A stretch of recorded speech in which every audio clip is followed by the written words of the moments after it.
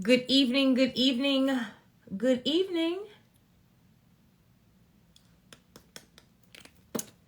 How is everyone doing this evening on a Friday night? It's Friday, it's Friday, it's Friday, it's Friday, it's Friday. Well, are we halfway through September? What's today? We are more than halfway through September. We are almost done with September, okay? And there are a lot of grants that are ending in September, okay? So I want to kind of make everyone aware of, one, the grants that are coming up. So this weekend, tomorrow or Sunday, fire up that laptop, pull this iPad out, and let's get to applying. Then in October, let me see my little list. In October, there are October and December have a lot of grants. There are some grants in November, but October and December are heavy in grants. So towards the end of the year, businesses have to get rid of like whatever is their budget for like what they have to give away. So a lot of grants are going to be offered in this last quarter of 2023. Okay. So for all my beauty people, I'm gonna put some lip gloss out. All my beauty entrepreneurs, Ulta has a $10,000 grant and product placement into Ulta for all my Latinas. Okay, so if we are Latina and we have some kind of beauty product, you want to make sure that you are applying to the Ulta grant. Let me give you the date. It is going to be November 30th, okay? It's a $10,000 grant.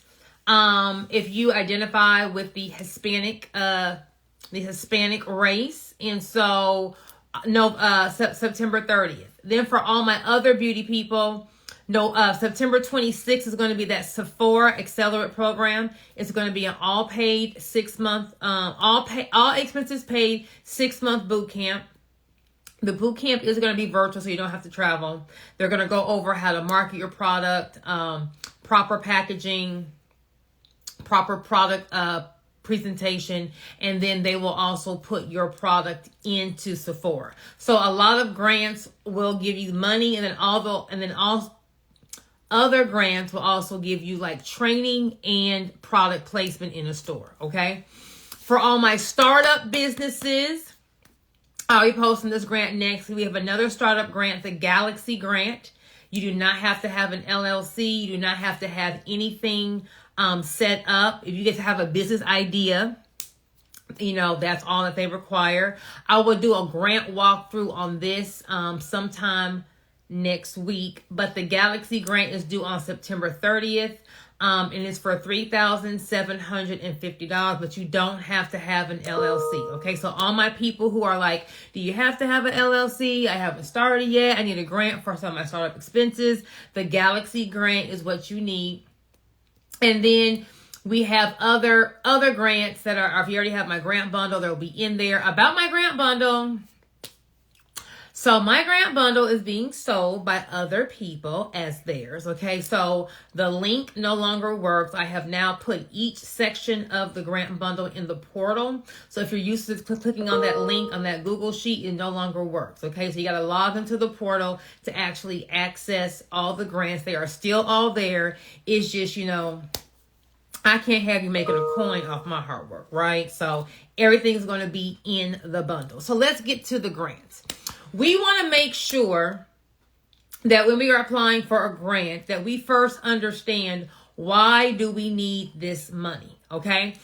So, any business needs money. I need money for this. I need money for that. I need money for this. I need money for that. But you want to make sure that you're structuring what you want or what you're asking for something that makes sense and something that makes sense for your business. Okay. The easiest way to decide what you really need is, what could you use in the next 30 days, you can make money either quicker, faster, or make more money. What could you use that's going to make you money either quicker, faster, or make you more money? I phrase it like that because reimbursing yourself for the startup expenses that you paid isn't going to make you any more money. Catching up on bills isn't going to make you any more money. I don't want to use my money. I want to use someone else's money, but I don't really have a plan. That's not going to make you any money. So if you're wanting money for your business, the biggest question is, where is my portal? My portal is going to be on my website.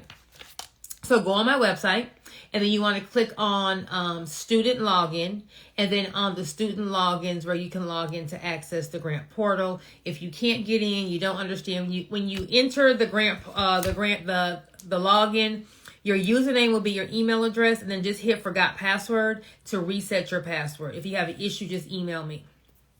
Now, when you're thinking about what's going to make you money, really think about what your business needs.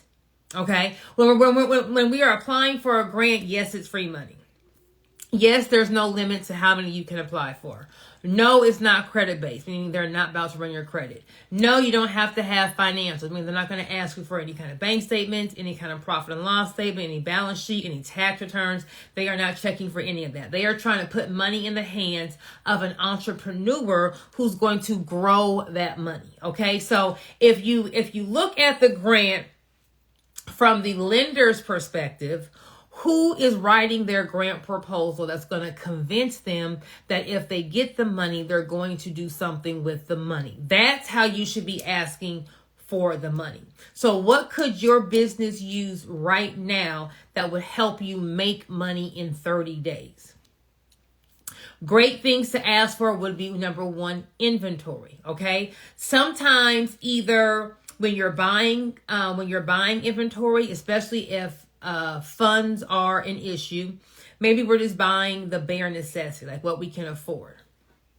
Or if you're buying the bare necessity or what you can afford, maybe you are paying more for what the inventory would be versus if I bought it in a bigger quantity. Okay, so if I increase my MOQ or my minimum order quantity, I may be able, if I'm selling this shirt, maybe I'm paying $5 for a shirt if I order 50. But if I order 100, I can get this shirt for $2. So I've already made $3 more per shirt just by ordering in bulk. However, to order in bulk, you got to have bulk money. So one great thing to ask for will be inventory.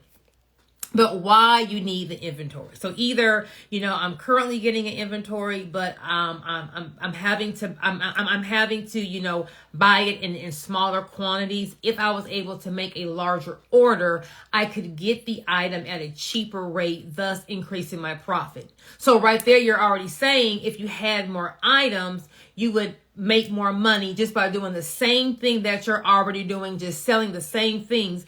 But instead of me making $5, I'll now make $8 if my math is right. Okay. Maybe we don't have enough inventory. So I sell this shirt. Blue Ivy had this shirt today on when she was in Houston riding around town, and the paparazzi got a picture of Blue Ivy in this shirt, right? So now everybody wants the black tank top. So I have my website got shut down. I have all these orders that I can't get out, and I don't have enough upfront money to go place a big enough order to get what I need. Or Target wants, to put my shirt in their store, but Target's going to work on a net 30, a net 60, maybe a net 90, meaning I have to upfront the production, the shipping, give them the shirt, and then they're going to pay me in 30, 60, or 90 days. I may not have that upfront money to make that big order. Okay. So buying the not having enough inventory, helping you get a larger order, helping you get the order at a cheaper rate are great things that will show, hey, the money is sitting right there. I just don't have the means to pick it up.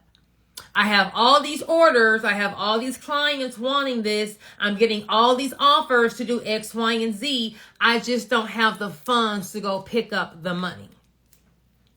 Another great thing that we can ask for would be maybe rent. Not to catch up on rent. Okay, not to pay yourself back for what you already paid on rent, but what if you are working out of your home and your business is just growing and you need more office space, right? So maybe moving into an office space, moving into a brick and mortar, that may, help you be able to grow. Well, how will rent help you to grow? Well, if you have a brick and mortar, number one, it's going to give you credibility. Like, hey, I'm here. So, if I have an order, it comes up missing, no one's answering the phone, there is a brick and mortar place that I can just roll up on to talk to someone. Number two, with a brick and mortar, you're going to have some foot traffic. You're going to have people walking by your business, right? You're going to have a place where people can go get the thing today. Oh, my son wears me all the way low. So, some people don't want to shop online. Some people want to, if I need this today, I want to walk into the store today and get this. I want to walk into the store and touch and feel this. Okay. So having a brick and mortar will help you pick up, besides the online traffic, it will pick up that foot traffic. Okay. Maybe you already have a space, but the space isn't conducive, meaning I need to add some more employees. I need to add some more storage space. The space I have is not big enough. I need to get a bigger space. That is a great thing to ask for. So showing how the bigger space, we can store more things. I can have more effective places to work, like more workspaces. My business is growing. And if I stay stuck in this small warehouse, I can't fulfill all the orders. I can't grow because I'm stuck in this small warehouse. All my inventory won't fit in this small space.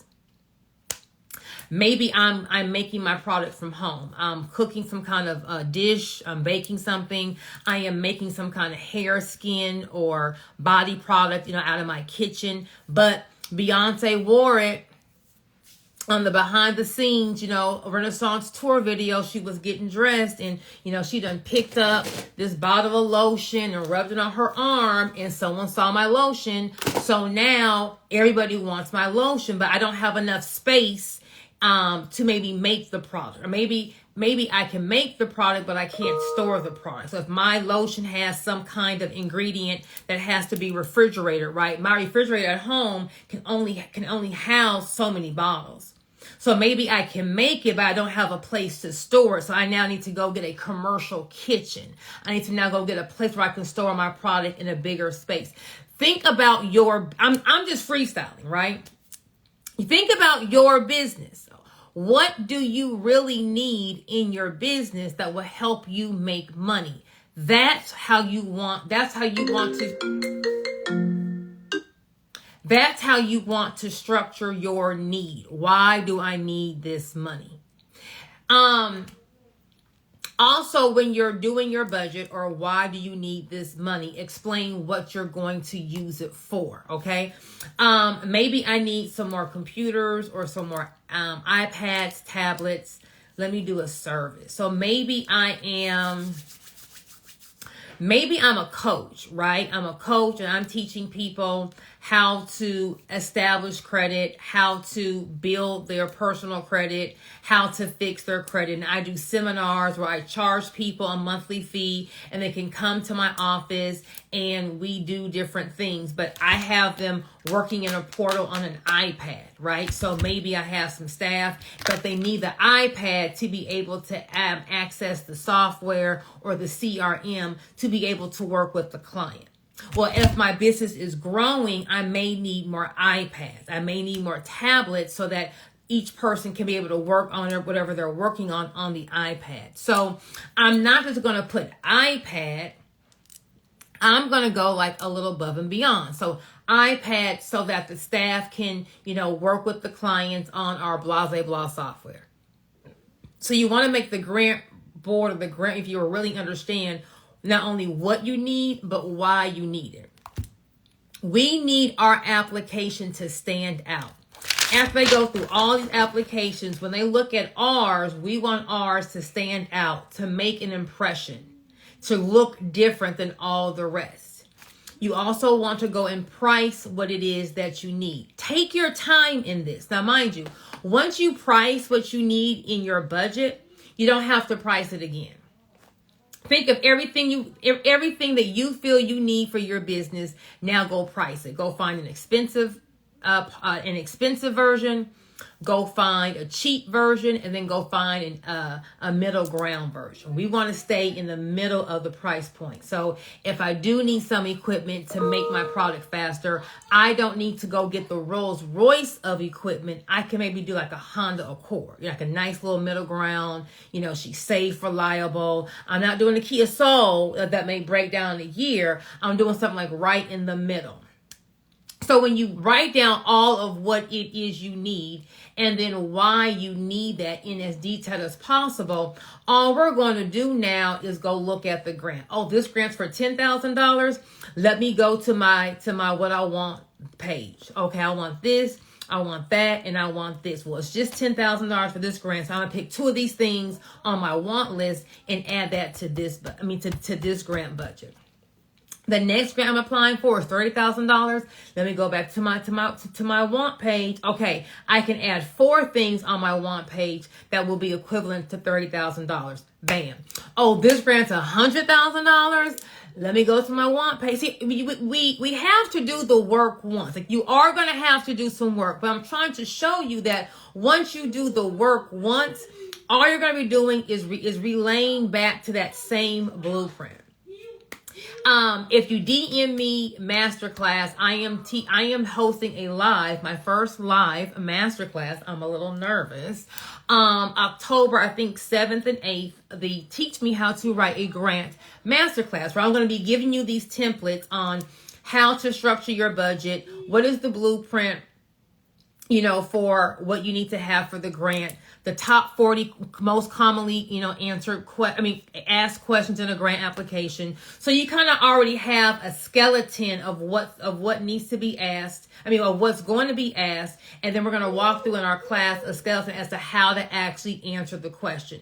So you already have your blueprint. You're just really relaying the blueprint to the specific grant. Okay. So when it comes to budget, we want to make sure that we know exactly what it is that we need. So if you're not sure and you're kind of like just freestyling, just take some time to think about what does your business really need, because the budget is very important to show why you need this money.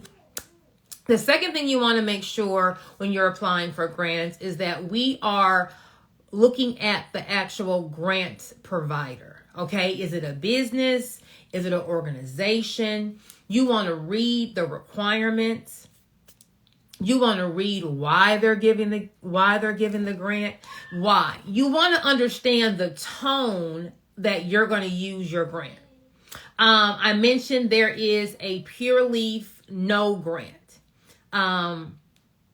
It's going to be a $2,000 grant for moms. Doesn't need a business. And really the grant is just saying, hey moms, I know you're busy with kids and you're having to tell yourself no on things that you want all the time. So we're going to give you a $2,000 grant so that you can go have some fun and do something for yourself. When you read the grant and how they're pitching it, they have a whole little video of a mom laying on a couch, relaxing, blah, blah, blah. You can kind of see the tone. What is this organization focused on? Oh, this organization is focused on moms, relaxation, doing something for us. Okay, so what do you really want for yourself?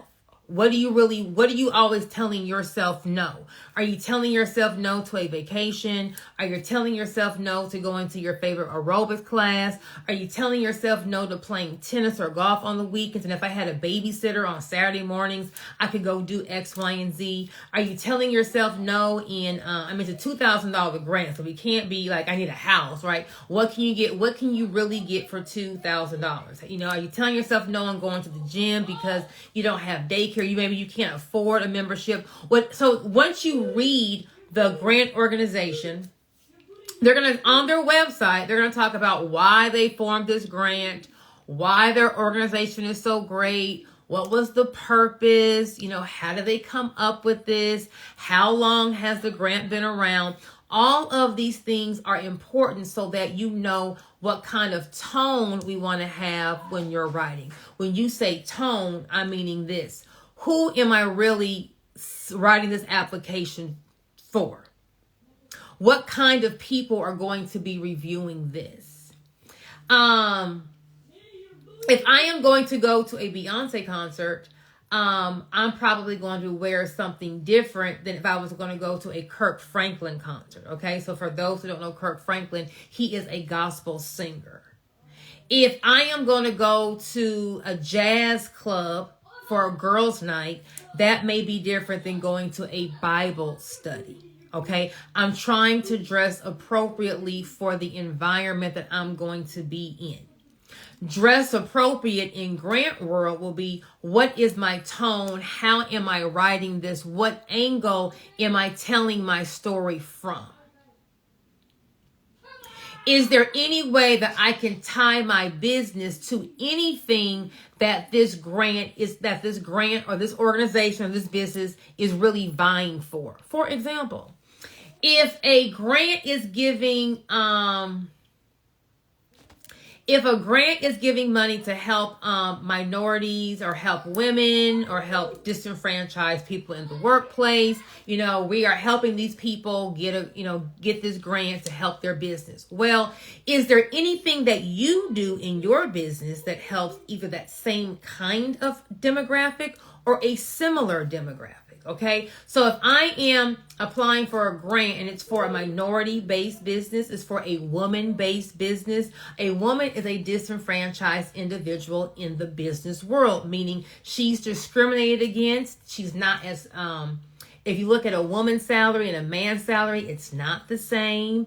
If you look at, how many women are in top positions at corporations versus men, it's not the same. Those are just the facts, okay? Is it right? Is it wrong? Are we feminists? Whatever the case, and those are the facts, okay? So if this grant is trying to help someone who isn't really represented in the business world, does your business do the same thing?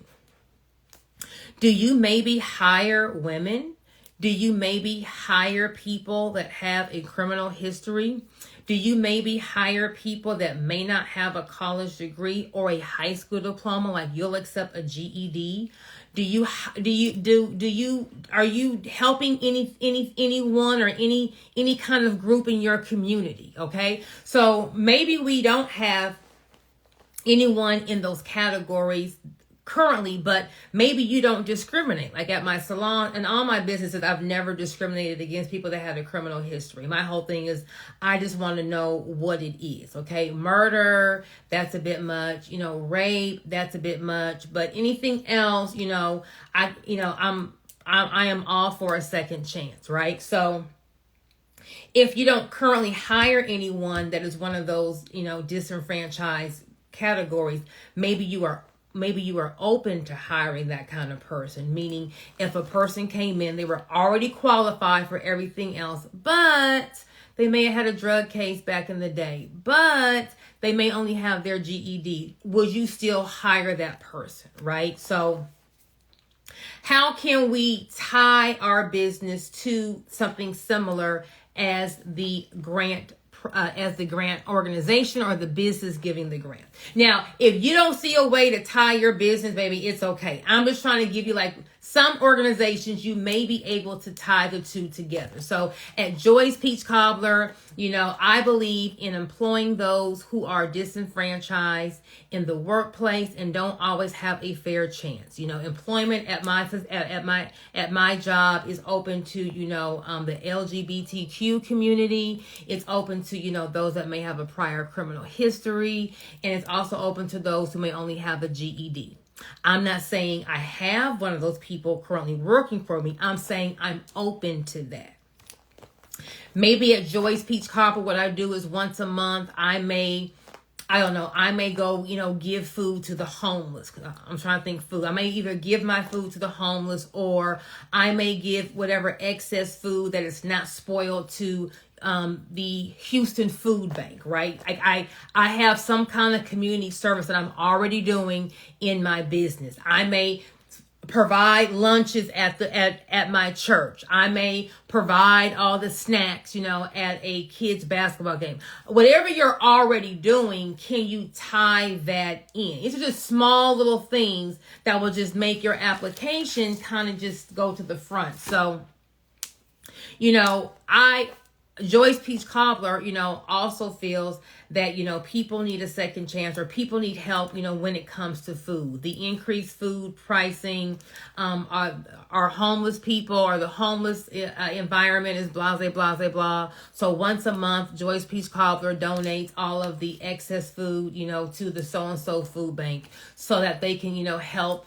Whatever it is that you're doing, how can you tie it in if you can? So by reading the website, not just the application, who is the organization? And they're going to have on the page who they are, all about them, blah, blah, blah. Read it. Just read it to see, okay, who is this organization and can I relate to anything about them? If you can't relate, it is okay. We're going to still apply and answer these questions. But if there is something that you can relate to, you kind of want to throw that in, okay? If maybe your business may be in the same city or the same state as the organization, right? So if your business is in the same state that the organization is in, is there any kind of community issues that maybe y'all can align on? For example, if I'm in Flint, Michigan, maybe I'm donating water because, the water is not good in Flint, Michigan. I'm assuming it's still bad. I haven't heard anything on the news, right? So if the grant organization is also in Michigan, that will be a concern. So by showing, hey, I'm also in the same state and I'm trying to help a concern that relates to our same state, anything that you can pick and choose from to show some kind of correlation will just be kind of like a little extra icing on the cake, okay? So number one, you want to make sure that you are really structuring your need or your budget as to what's going to make you money in the next 30 days. You're going to go ahead and price out exactly what you need, get a high, medium, and low price, and we want to stay kind of in that medium range, okay? Either getting a medium, kind of getting like a mid-sized brand, or, if it's some kind of expensive equipment, you may be able to buy it refurbished or used at a more discounted price. Don't just go asking for the grant money like, you won the lottery, the sky's the limit, I'm about to make it rain. Like, use this money like it's your last. Research the organization that's giving the money to see, what are their goals, what's their mission, what are they trying to align with, and see, does your business align at all with that? And the last thing is look at the past grant winners. On all of these applications, there's going to be a website. They're going to post last year's winners or the last 5 years winners. There's going to be a picture of the person and a little synopsis about who they are, what kind of business they had, and it's going to be a paragraph or two on how them winning that grant helped their business. What did they ask for? How did the money help their business? Did any of that resonate with you? If someone's saying, hey, I needed marketing for Facebook ads and I got that and I grew, that may be a good thing to ask for. Now, I'm not saying copy what last year's winner asked for. I'm just saying, look at what the previous winners asked for. Look at what they're saying, how their business grew. Does any of that relate to your business?